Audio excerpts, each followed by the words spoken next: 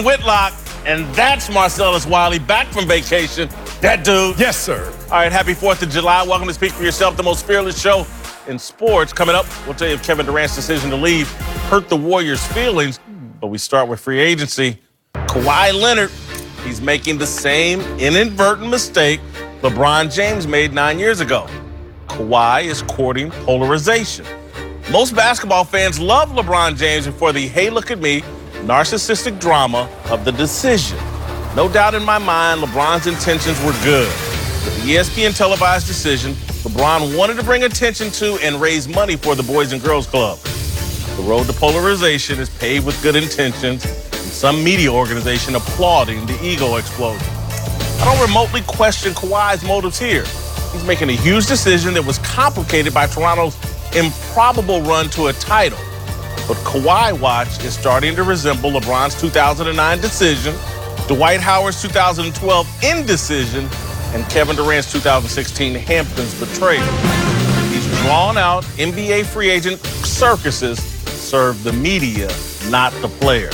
You want to know why LeBron doesn't come close to selling as many Nikes as Michael Jordan and has to pretend to be an angry social justice warrior to boost his relevance? Because he alienated a good chunk of his basketball fan base with the decision. Dwight Howard transformed himself from Superman into a laughingstock with the free agent mess he made 7 years ago. Well, Durant just fled the Bay Area to work in Brooklyn in a futile attempt to recover from justifiably ditching Russell Westbrook. Thanks to free agency, these NBA superstars keep accidentally soaking themselves in polarization, and the media keep misleading them into believing being a villain is good for them and good for basketball. This is just a misreading of history. America still loves the good guys the most. That's why critics and moviegoers all agreed that the movie Suicide Squad stunk. Suicide Squad was the movie about all the bad guys from the DC comic books. They got released from jail to save the world. We don't want to be saved by bad guys. We prefer Batman and Superman and Wonder Woman and the Black Panther. We prefer Michael Jordan. Jordan wasn't polarizing. Neither were Magic Johnson and Larry Bird. Over a 20-year period, that trio of good guys nearly lifted the NBA's popularity to the level of the NFL's. LeBron was next. He's a natural good guy who fell into the role of villain by accident and incompetence. The televised spectacle of the decision produced a fan backlash of animosity that nearly crippled King James his first year in Miami. It certainly played a role in his mental meltdown in the finals against Dallas. Kawhi leaves Toronto to join the Lakers. He won't face the level of anger directed at LeBron, but Kawhi won't reach his full potential as a basketball ambassador.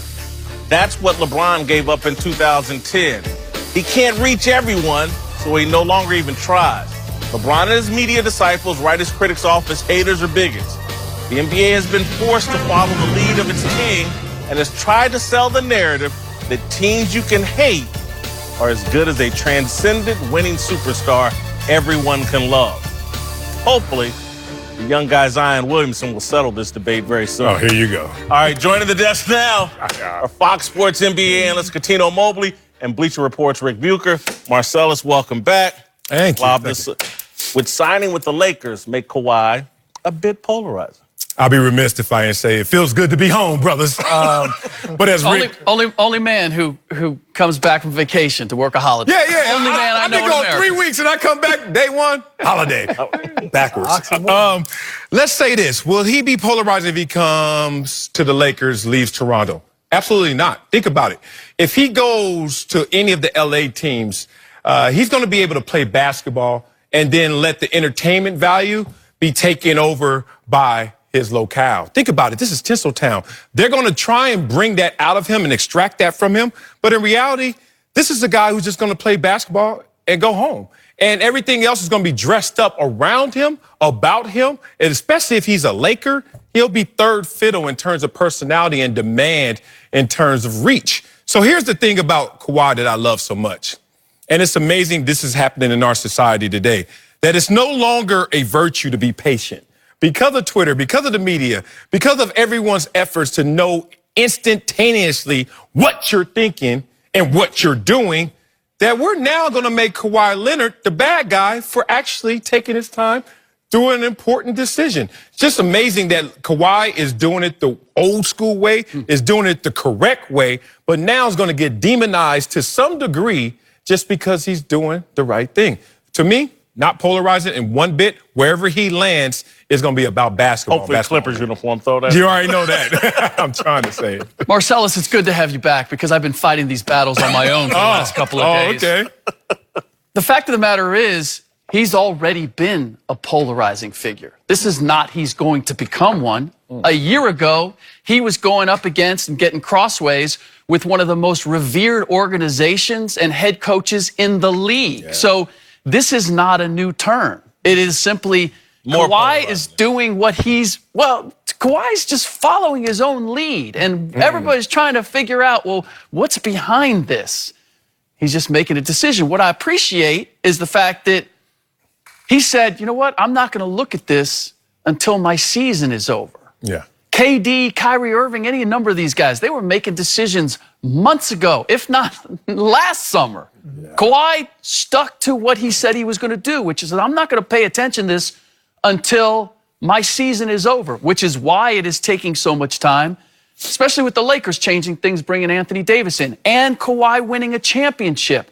All of that changes the dynamic of what he's considering that he's going to do. So I don't think this is him reaching for attention in this case. Keep him. I don't question his motives, and I keep saying inadvertent. It's just a product of this new normal that LeBron created that I think he's going to give collateral damage. I agree with you. If he goes to the Lakers, I don't think the process in and of itself. But KD made his announcement, through his Instagram account. He tried. LeBron, yes. LeBron did it with the decision. Yes. If Kawhi somehow steps out there and does the Kawhi special, then I'll stand down and say, I had it wrong. Okay. My thinking is he's going to make his decision, he's going to tell the team, and they're going to keep it moving. You know, I think I love both points, Marcellus, Rick. I love both points. What about me? I don't. The table setter. Listen. I ain't been with y'all in a minute. I love you, but I don't agree with your point at all. Listen, he's already been polarizing. Yeah. He's who he is. What I believe in people is you are who you are. When he was in San Antonio, you hear a peep out of him, but they were bashing him.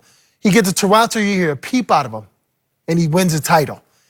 Even if he comes to the Lakers, say if he comes to the Lakers, he's going to be who he was for the last 20-something odd years. That's just who he is. Now, Marcellus made a great point.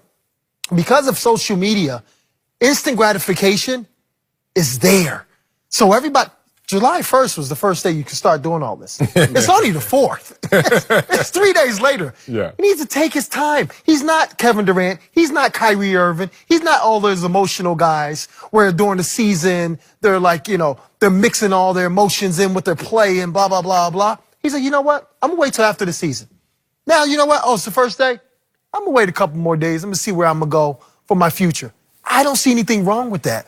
I don't necessarily see anything wrong with it. That's why I keep saying inadvertent. He's a byproduct of what started in 2010 with LeBron, where these off-season free agent decisions have become, hell, damn, they're bigger than the games and a huge storyline. And so I do think he's staying in character, Kawhi.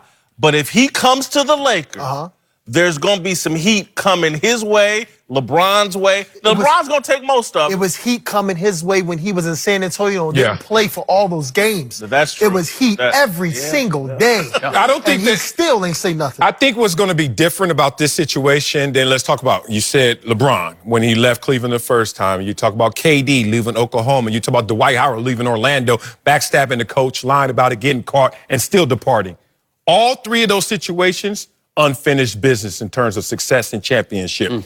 This is a guy who said, you can say nothing to me because I gave you everything. And I think a fan base that has been this starved is going to have to sit there and respect his wishes and respect his legacy, even if it's only 1 year. Here's the issue, though. When you come to the Lakers and LeBron and Anthony Davis, that's why I'm saying if he goes to the Lakers, he's going to become more polarizing and polar. If he goes to the Clippers, I don't think that'll be the case. I think people will be like, well, he won a championship in Inadvertent. Toronto, and now he's going to join the Clippers and take them to a title. You join the Lakers dynasty and all that. I think there's going to be a level of heat. I think there's a certain faction out there that doesn't like the super team concept, and he's done it without the super team. So they will take issue with that. He owns that right now.